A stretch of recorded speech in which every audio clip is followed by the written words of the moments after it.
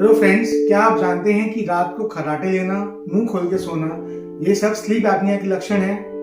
Hi, I am doctor Anurag Gupta from maximum dental और मैं एक ऑर्थोडोंटिस्ट एंड डेंटोफेशियल ऑर्थोपेडिस्ट हूँ और मैं आपको आज बताऊंगा स्लीप एपनिया के बारे में। स्लीप एपनिया कंडीशन है जिसमें हम देखते हैं कि बच्चे और एडल्ट्स दोनों ही मुंह खोल के सोते हैं, उनके मुंह से लार टपकती है और खर्राटे लेते हैं।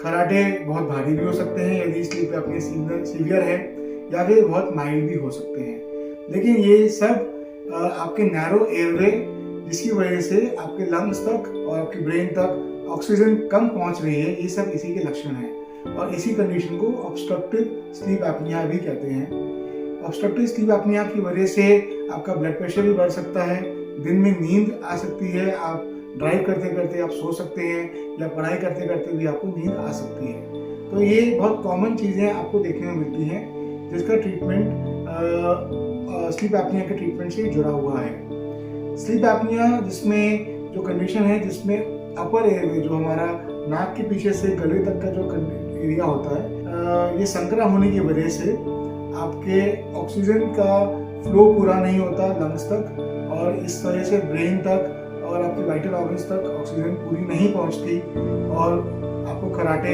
या फिर मुंह खोल के सोना पड़ता है। खर्राटे जो है वो सीवियर केसेस में देखा जाते हैं। सो ये कंडीशन देखी गई है जिनका अपर पैलेट, ऊपर का जो जबड़ा है वो नैरो है और ये उन लोगों में देखा गया है जिनमें लोअर का जबड़ा जो है वो बहुत पीछे है।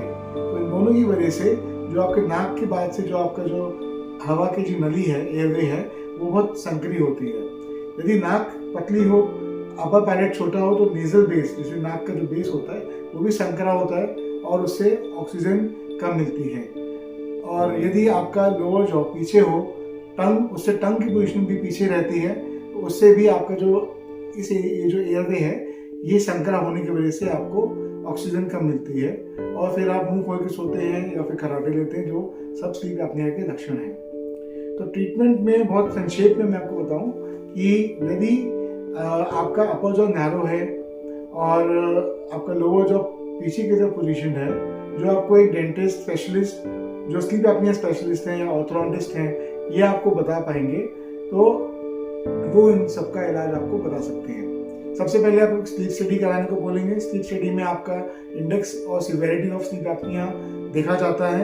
यदि स्लीप एपनिया स्कोर बहुत सीवियर है और आपका ऑक्सीजन का दबाव आपके खून में बहुत कम होता जाता है, तो फिर आपको ट्रीटमेंट के लिए बोलते हैं। बहुत से पेशेंट्स को सीपैप और बाईपैप मशीन सजेस्ट की जाती है, जो एक एंड ट्रीटमेंट है, एक मेंटेनेंस ट्रीटमेंट है।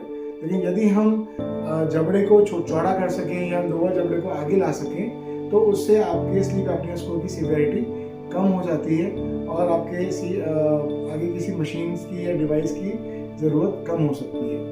मैंने अपनी प्रैक्टिस में बहुत पेशेंट्स जिनको अपर जो नैरो है उनका ट्रीटमेंट हमने चौड़ा करके देखा है कि उनका स्लीप एपनिया का स्कोर इम्प्रूव हुआ है, या फिर जिनका लोअर जो बहुत पीछे है, छोटा है, तो उनको एडवांस करके हमने देखा है कि आपका स्लीप एपनिया का स्कोर बेटर हो सकता है।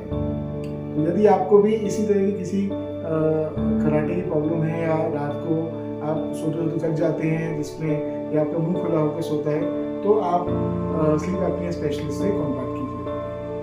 और जानकारी के लिए नीचे दिए डिस्क्रिप्शन में आप लिख सकते हैं, कॉन्टैक्ट कर सकते हैं और आपको और जानकारी मिल सकती है।